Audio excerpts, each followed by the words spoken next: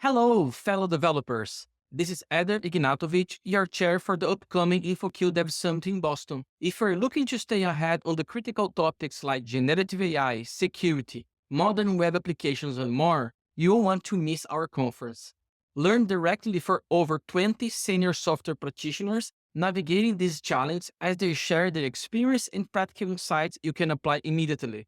Plus, there is a plenty of time for you to connect with peers and speakers at your social events. InfoQ Dev Summit is brought to you by the team behind InfoQ and the KeyCon International Software Developer Conference. Find out more at devsummit.infoq.com. I'm looking forward to connecting to you in Boston this June. See you there. Hello and welcome to the InfoQ Podcast. My name is Daniel Bryant, and today I had the pleasure of sitting down with a panel of speakers from the upcoming InfoQ Dev Summit running in Boston on June 24th and 25th. I'll let the panelists introduce themselves in just a moment, and then we'll launch into a fascinating conversation that covers many of the most critical technical decisions that senior software developers face today. We'll talk about platform engineering, software testing, Staff Plus, good technical leadership, and many more topics. Hey everyone, my name is Dave Grisanti. I am a principal engineer at the New York Times, and my talk at the Dev Summit coming up in June is going to be about the platform that we're building at the Times, how we're trying to engineer paved paths for developers and just make a more user-friendly developer platform. Hi everyone, my name is Loyani or Loyan, however you like to pronounce. I'm currently working as a engineering manager / development manager.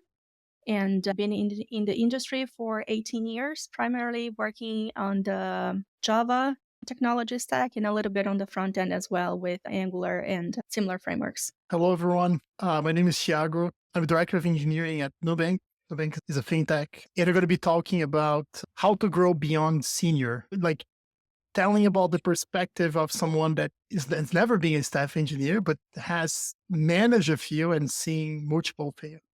Fantastic. There's some great topics already springing to mind. Eder, last but not least, I'd love to get your introduction. Thank you. My name is Eder, a software engineer at Red Hat for more than 10 years. I spent the last 10 years working with Java and front-end developer. My scope is on developer tools. And recently, as many of us, we moved for AI. I'm working now with MLOps for Kubeflow tools. And besides this work, I'm also the chair for InfoQ Dev Summit. That's why everybody here. Thank you everyone for coming. And also I'm the co-chair for the KeyCon London. Yeah, very briefly, everyone. Daniel Bryant, one of the hosts for the InfoQ Podcast. My background is in Java development, so I feel at home here. I'm also building platforms. I'm working with teams building platforms at the moment, IDPs. So David, I recognize what you're going through there as well. And I love like building teams and taking them to the next level. So Thiago, what you mentioned about the Staff Plus, like building folks' career, I think that's really important too. Shall we kick off? And Eder, you teased the AI thing there. Elephant in the room. Everyone is doing AI. I just got back from KubeCon in Paris. AI was everywhere, right? How do we think that the software development lifecycle is going to fundamentally alter with AI? And feel free to pick any part of the SDLC you like. I'd love to know what you're most excited about in the near term with how AI can affect software delivery. I can speak from the experience that I have from generative AI tools that I've been using, especially with Copilot, which is a generative AI that helps developers to streamline development and also testing as well. The experience that I had is that it definitely boosts the productivity. I think one of the major concerns that folks have, and especially what we read from the community, is that, am I going to be out of a job because of these AI tools, right? And I think we've all been there. We have created tools that are generating code for us at some point of our careers, just to streamline the process, streamline development as well. And I see the generative AI as one of those tools. One thing that we have to be careful is not to trust 100%, to not trust blindly what the code that is being generated for us. You still need to review what's being proposed to you, what's being recommended to you, and then change accordingly. One of the things that I particularly enjoy is that some of these tools that are using the code base within the companies. So those tools are going to be able to learn what are the standards, the development standards that you use, the code practices, security practice as well, that are being used and help those developers to and code the solutions according to the company's standards as well. But it definitely helps with productivity. I've used a few times as well, especially when generating test cases. This is what I enjoy the most using this tool. Usually the first test case, I have to write it myself just to tell the tool how I like things done, because as I mentioned, the code that is being suggested might not be exactly the code that I want. So usually the first test case, I write it myself, and then the tool is able to learn what I'm doing. And then the next ones, it's going to suggest and generate according to my preferences. And of course, we have to tweak here and there, but overall, it's speeding up development a lot.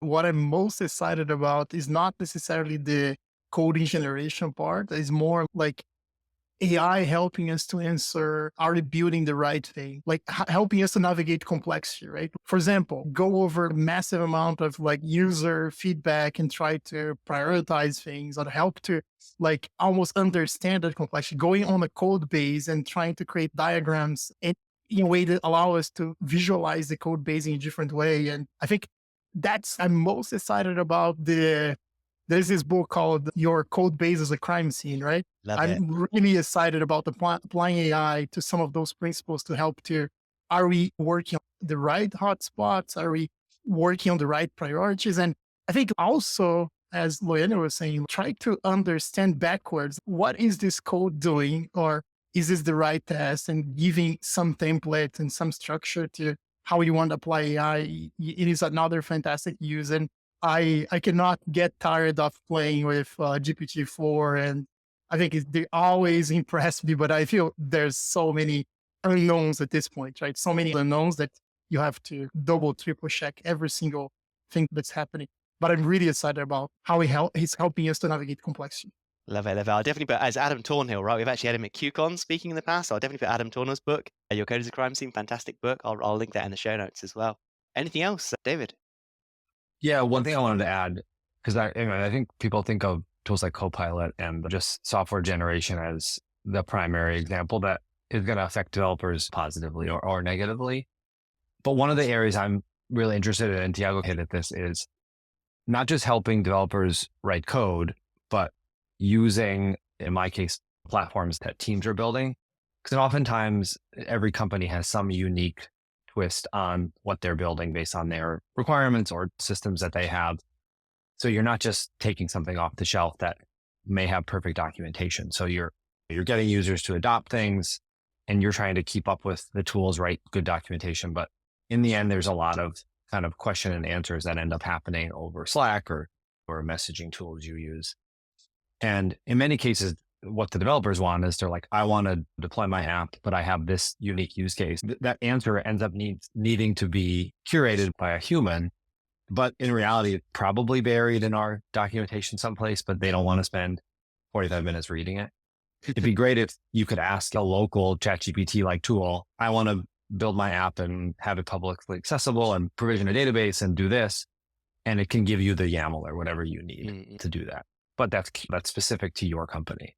So that's something I think that could be really helpful. Plus one to that. So I'm definitely working in that space, and that sounds like the future, right? Love it. Eda. Another point that I'm experienced, as I mentioned, that I'm onboarding a new team, a new domain. There is AI and Kubeflow and MLOps. I have zero knowledge of Python until 2 weeks ago, because Kubeflow is a complex project, and each people that I thought they work in the area, it's hard to find someone with the full picture. The LLM, especially ChatGPT, make my onboarding a much more pleasant experience, especially the amount of questions that they are simplest questions for people in the team, especially the senior, that don't want to bother them so much that the LLMs can answer, and especially this size of a complex, because the Kubeflow code base is huge, because each project, they live independently, and in the end, they are packaged together. So it's hard to be in one brain of someone, all this complexity. And LLM can be it's been a really helpful tool for me to onboard faster. And if you ask before my reply for this question, before having this onboarding experience is a nice assistance to my developer. But now for me, the highlight is on the onboarding on a new code base in a new domain. It's much more better than be stuck it for hours in problems. Here's an interesting use case I have seen. Nubank is a Clojure shop, and there are a lot of developers that have never worked with Clojure or functional programming. So I think one use case you have seen is as you navigate on the code base, you ask, what is this function doing? It's like, the few developers that I have mentioned, try that before you ask on Slack, and they have been impressed by how much easier it is to digest and to do examples. And even, I want to write this in Clojure. Like I would write a similar thing in Java. How would be the equivalent? It would be like using the idiomatic functionals, and it's really powerful. A few things that popped out to me there. One was around sort of understandability. I really like that use case, right? Being able to understand systems. You perfectly said it, Ed. I can't load it all in my brain. I need that co-pilot. I need that second brain to kind of load it all in. I think that does relate to architecture, right? Always a classic coupling and cohesion. And I wanted to look a moment. Something I hear a lot at InfoQ and at QCons is, what's the right size architecture for me? David, you touched on it in terms of like your platform for your company was an architecture for your company, right? And there probably is no one single answer here, and depends on the use case, machine learning versus web versus all these other things. But what do folks think? What are you hearing around serverless versus microservices versus monolith? Are people doing only one architecture at the moment? Or we definitely saw that microservices 10 years ago. Everyone was doing microservices. Or are people mixing it up now with perhaps with the benefits of AI too? It's funny because when I join a code base or a team, because I have opportunity to work with multiple teams with the Red Hat, because I work with tools. When I talk with a team that go 100% on microservices, they want to start to couple back some microservices to become bigger. And now when I jump over a team that I have a single monolith, their problems are related and regarding the monolith, that they want to split the monolith. So my answer for this question is that there is a middle term, especially what I like is like to bound with the context of the team. Yeah. Where the team is able to have a fully understanding of their domain and their scope, and they can move on. That's why I mostly like about microservices and micro front ends is to make the team be scoped inside the domain and worry and hide the complexity, and then have clear APIs and the team starts to work those APIs. This is the drive. But when they ask about what's the right size, I'm not able to answer this. This is a tough problem. Depends. There is a lot of depends on the context. So a lot of nodding along from Leani and Tiago as well. Do you want to add to that at all? So the one thing I would add is, at the end of the day, is about modularity, right? You want to have things that are independent, and you can load in your brain pretty much. Going back to LLMs, one thing that might be changing is that now we're able to load a much bigger code base because we're able to navigate with assistance. That in the past, that as we would try to keep things as small as possible, and now if LLMs and AI can help us to find those boundaries, right? The bounded context, and help to pretty much make it clear when boundary is not clearly defined and when there are violations, so that maybe you don't need as much, would say, it's at the repo level, at the network layer level. You can have other tools that are setting the boundaries in different ways. But I don't have strong opinions on this. As Adam said, I think every time you go to one side, you miss some part of the other side. And there are challenges and benefits on both ways. But I think AI can definitely help to set new grounds on this, I guess. With the experience that I'm going through, we have a little bit of everything. There are applications that we're trying to segregate, maybe have distributed modules and even break down to microservices. There are microservices that now want to go back to monolithic approach. So again, it really depends on the scenario, on the use case as well. But one thing that I find, it's a little bit interesting that as a developer, you always will want to use the latest technology, whatever is the hype right now and whatever everybody's talking about. But having a firsthand experience with managing an entire product, knowing how much it's costing to make those decisions, that takes a toll as well. Even you as a developer, you want to use whatever it's new on the market. You have sometimes to be a little bit cautious as well in how much that's going to cost at the end of the day. So this is also another concern that we have to think about when making these decisions. But talking latest hotness, David, like platform development, platform engineering, latest hotness, right? How do you think architecture relates to platforms and vice versa?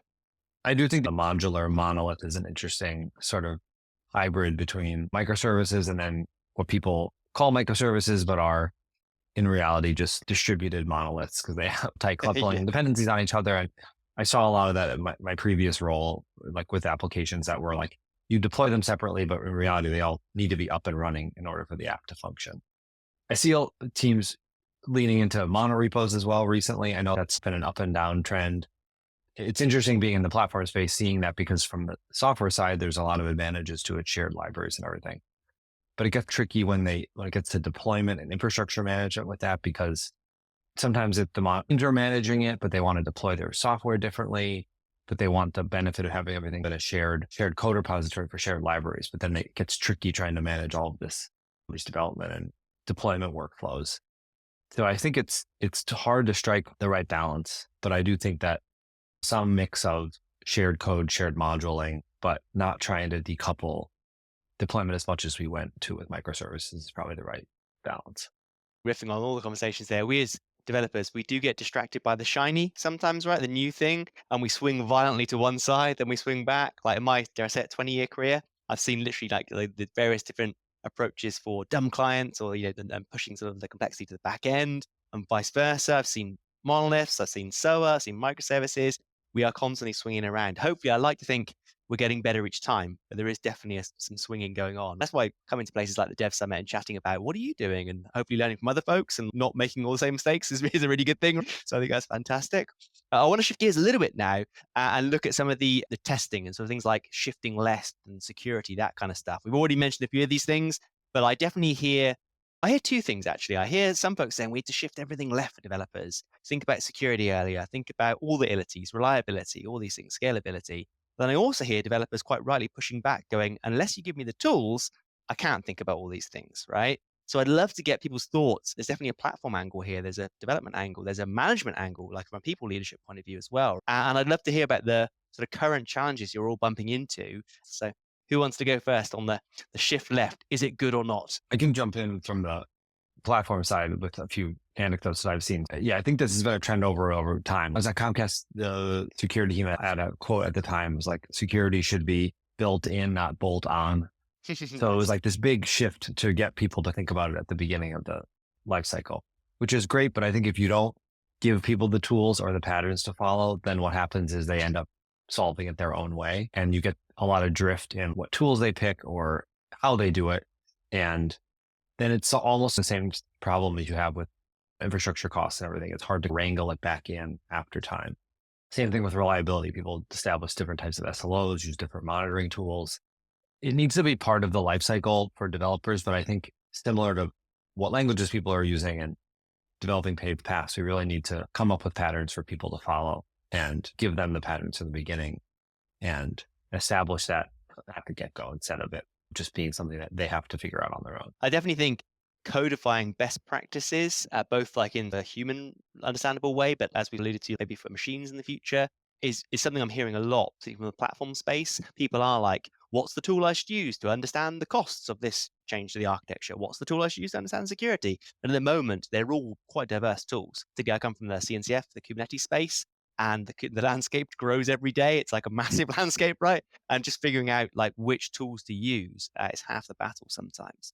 Everything connects with a well-established practice in the company of platform engineer, as David said, in a way to standardize, because this should be deciding if we should shift to left security, but deciding which type of authentication, what to be my providers, what to be my observability tools, should be, in point of view at least, our responsibility of the engineer to consume those tools, but having access and providing a standardized way to consume those frameworks should be a matter of the platform engineer, because in the end, if, as we said, each team decide to run their own security, their own education, their own observability framework, this will blow up in production with 10 different systems to consume and make those systems to integrate. So I think connects a lot this shift left efforts that we are having in the industry also with the platform engineer, because as we said, we need to have an easy way for people that are building applications to easily consume those tools.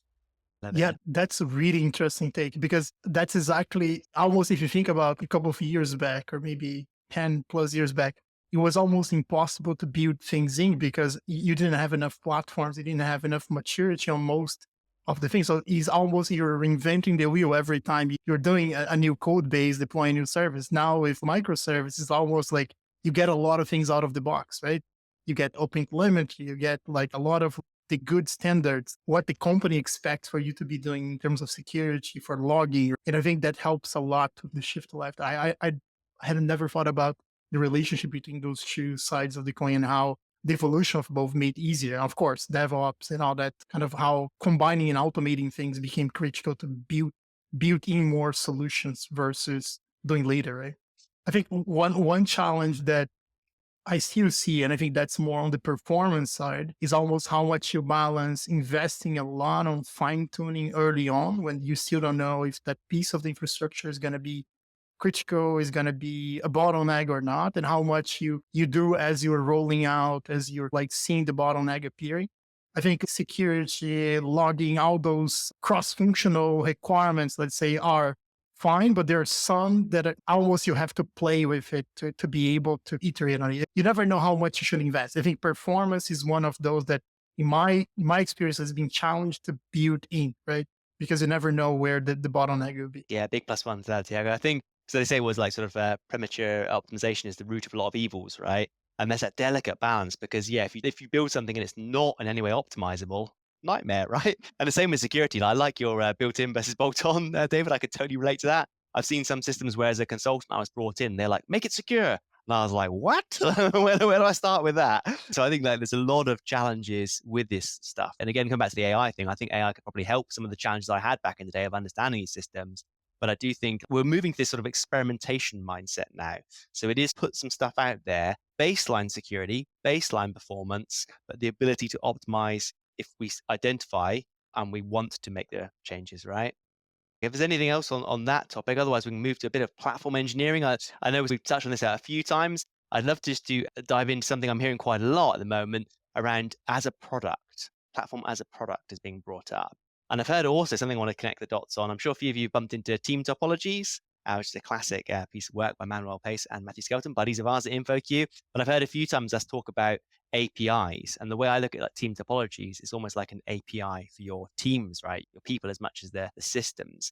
So I'd love to know people's thoughts on platforms. Is your company treating the platform as a product? Are you looking at things like team topologies where you have your stream aligned teams or your sprint teams, your scrum teams, whatever you want to call them, enabling teams, platform teams? I definitely see a lot of this when I'm chatting to folks in the industry, but are you seeing that too? Are folks really embracing this product mindset, this team topologies mindset?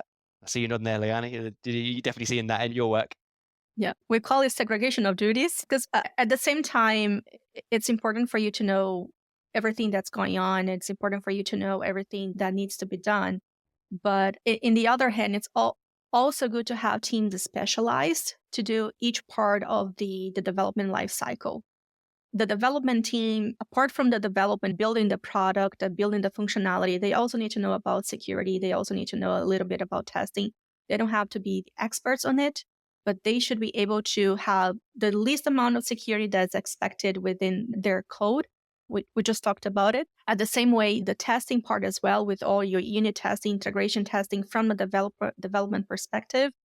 And at the same time, you have a team that is specialized in Agile or a Scrum Master that their job is only to be the Scrum Master of the team. They're not going to be developing or they're going to be something else. And these responsibilities, they also can be done cross teams as well. Not necessarily if you're a Scrum Master, you're going to be responsible for only one team, but you'll have different teams that might be from different organizations or might be contributing as part of the same department or the same line of business. So definitely have seen that shift. And it's good as well, because at the end of the day, you need to know what's your responsibility, right? What's your role within the company? I know that when we cross on above the senior level, the staff plus the principal, this line is a little bit blurry because you're doing a little bit of everything.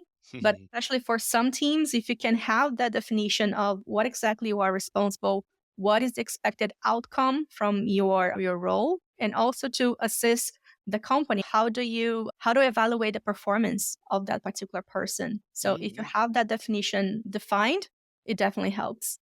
Yes, multiple angles here, right? In terms of, I like what you said in terms of being super clear on responsibilities, because some of the jobs I've struggled in, I was not clear of my responsibilities sometimes, or the team's responsibilities.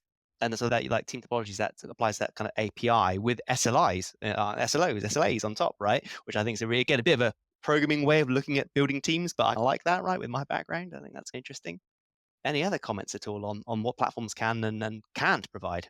Yeah. So, I mean, another comment on my side is about the platform as a product, right? And I mean, it's something I have seen a lot throughout my career, especially in the early days, that like a lot of the platforms were created with the intent of creating reusable components and for engineers, what someone thought was a good idea, right?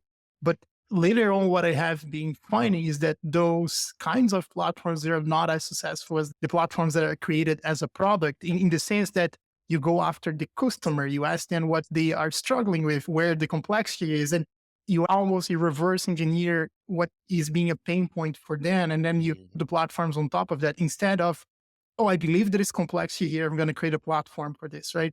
A lot of cases of platform teams that have been putting together are more and more, let me talk to a lot of those engineers or even product people that work on those areas, and let's see what they're struggling with, and then let's build a case for platform. In the past, that was the completely opposite. Platform was created by engineers, and now almost we're embracing more PMs, more designers, UX on the creation of those platforms to set the boundaries at the customer level. Because I think that is critical for later on, like how we're going to find documentation, how you're going to find your APIs. It all comes from there. So it's incredible to see this shift as well. I have the feeling, just like for us at the times, a lot of the initial kind of momentum around the platform is to save money, get consolidation of technologies. Obviously, they want to improve developer productivity, but a lot of the choices initially made are not necessarily like what's best for internal developers. It's like what's best for the company. And then we're like, okay, yeah, it needs to be user friendly and usable because we want to improve. They might be used to using out in the world from the major cloud providers who've been building it for 10 plus years. So it's interesting trying to find that balance of ability and taking customer feedback and figuring out like where that balance is.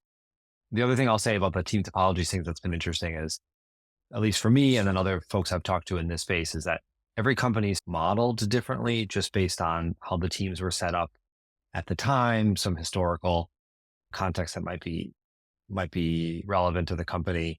And what's the right balance? What team controls the runtime and what controls the developer experience? Who builds the IDP? What technologies are being purchased and used versus built internally? And how do you align those so you're getting product input from the right people, but you're not having this kind of ivory tower architects that are saying everyone follow these exact rules. People still have autonomy to build and experiment with things, but not get out of hand so that they're going off on their own and doing something that might impact the kind of developer experience in a negative way. We're hearing a lot of interest around Staff Plus, for example, at InfoQ and QCons as well.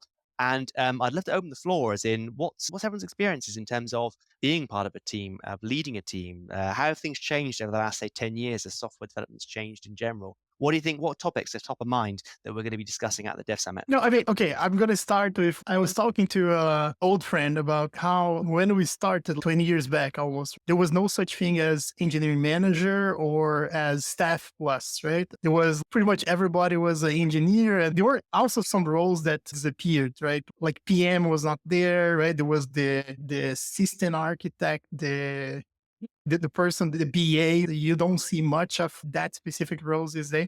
And incredible how much the evolution of both sides of the equation, right? The management track and the IC track have actually put us in a much better place in how the almost segregation of duties, as let's say, on the kind of IC versus management track also help us a lot to like separate responsibilities and help to scale, especially when you have a big engineering org and you have a lot of problems, a lot of competing priorities. So the first thing I want to bring to discussion is that those things are new. Like almost, I don't think they're probably 10 years old.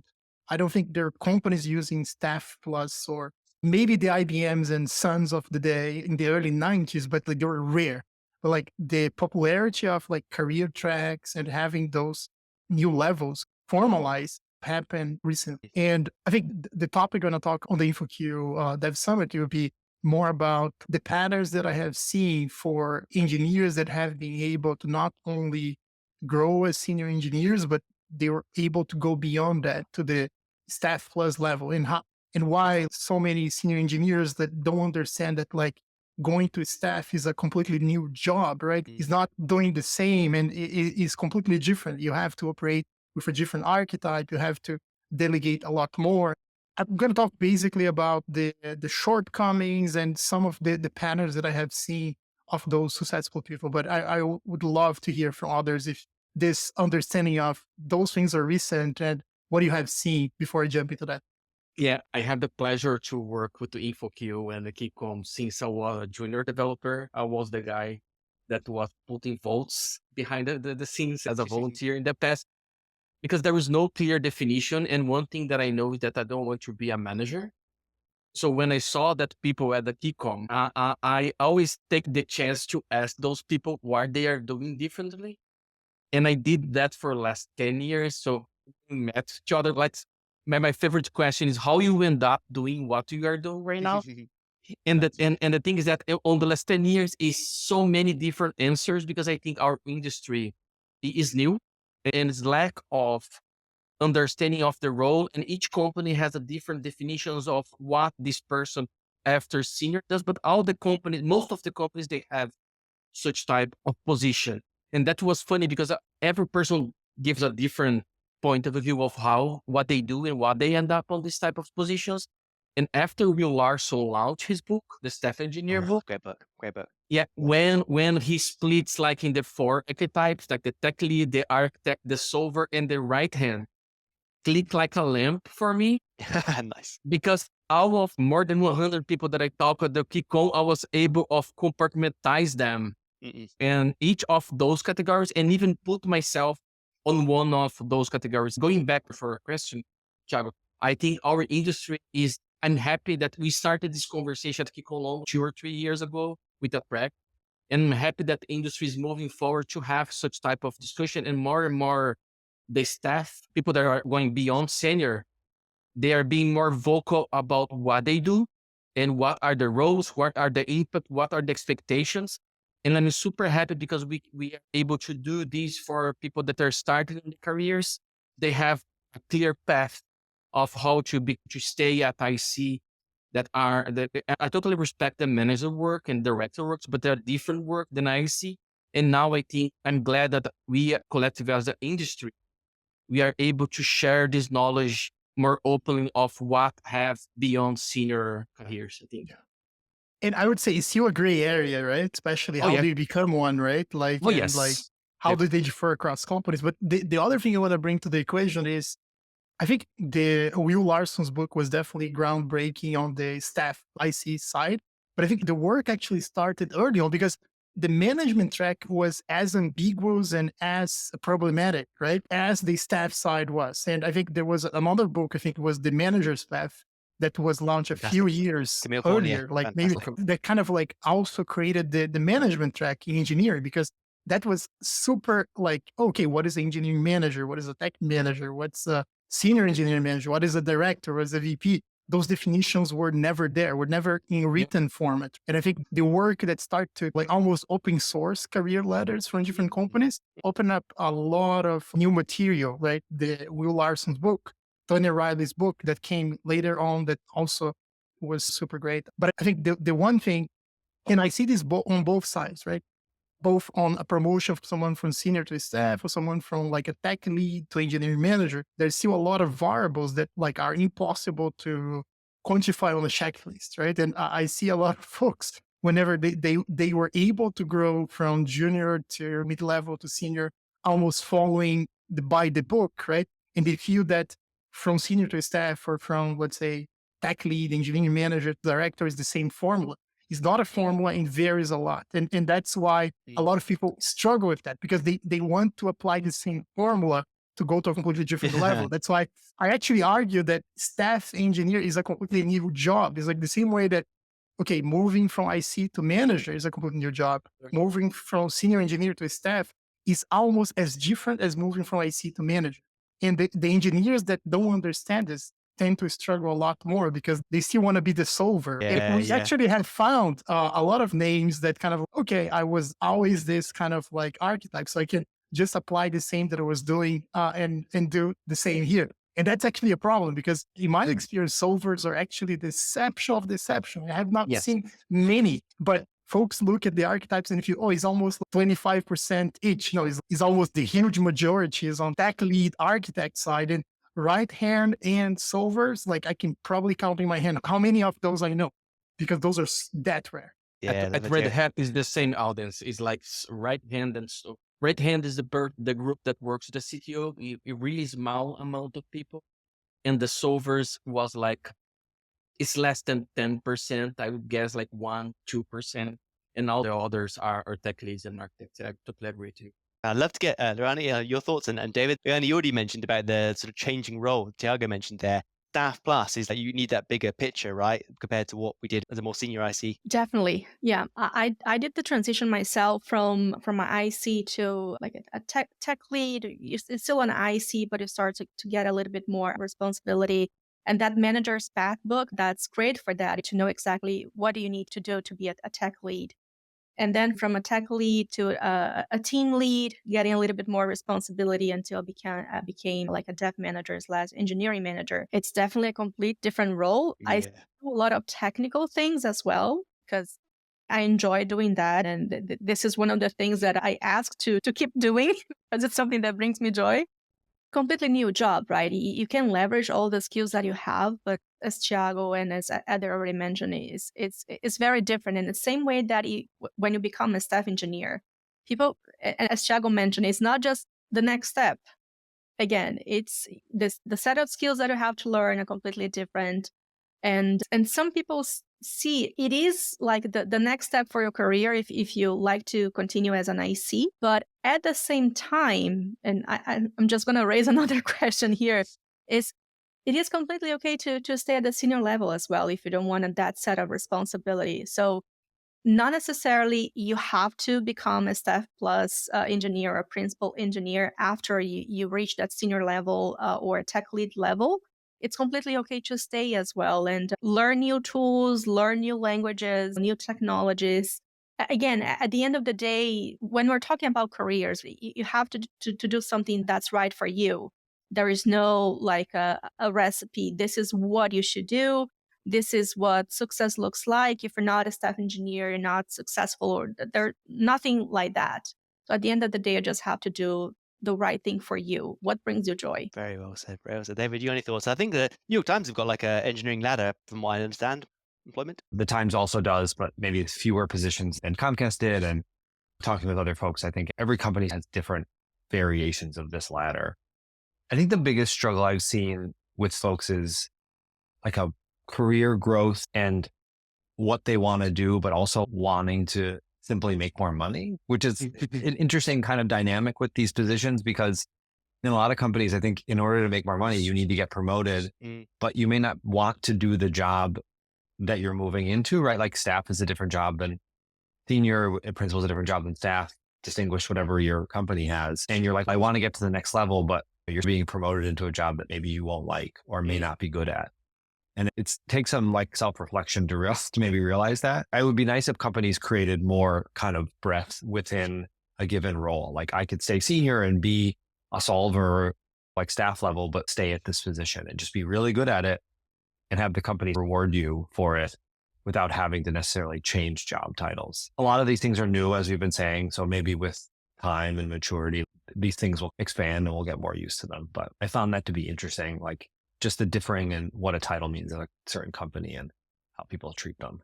That's super interesting. And I really love what Loyani said about staying as a senior engineer, not being a failure, right? Because I think because we have been putting those career ladders out there, people start to assume that, oh, if I'm stuck here on the middle, and there's so many more levels to grow up, I have to go there at all costs. I think that's the impression that I get. And it's almost like people forget that on the management side, we have exactly the same problem, right? Not everybody was born to be the CEO. And not everybody was born to be like a C-level executive. Not everybody was born to be a VP. And a lot of people are happy to be a manager, a really impactful manager for years and years. And as Loyana said, change domains, change company, help to grow careers. And they're happy and they're fine and they're not on a rush. I see a lot of folks on a rush. I have been a senior for 5 years. Oh my God, I have to, I'm wasting time because I think the incentives on the other side, yes, everybody, there are companies say everybody can be a staff. And I think in some part that's true. But on the other end, it's almost, I discussed this on Twitter like a couple of years back. I almost would vote to create a separate ladder for staff engineering that would be completely detached from the IC ladder that would be evolving a senior lead and to give the impression there's a lateral move and is not a continuation of the ladder.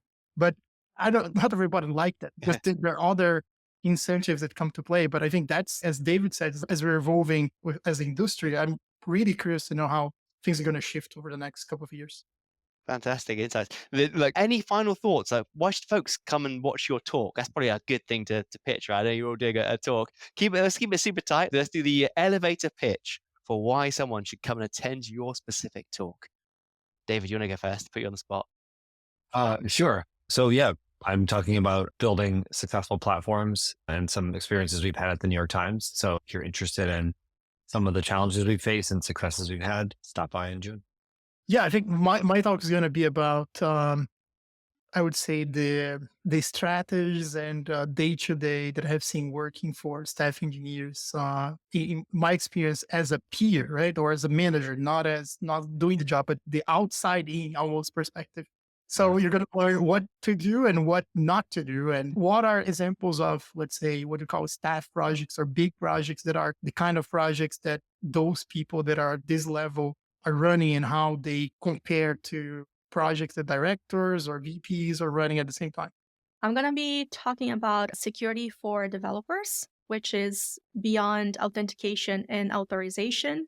So we'll talk about those things that are usually implicit in the tickets the cross-functional and non-functional requirements.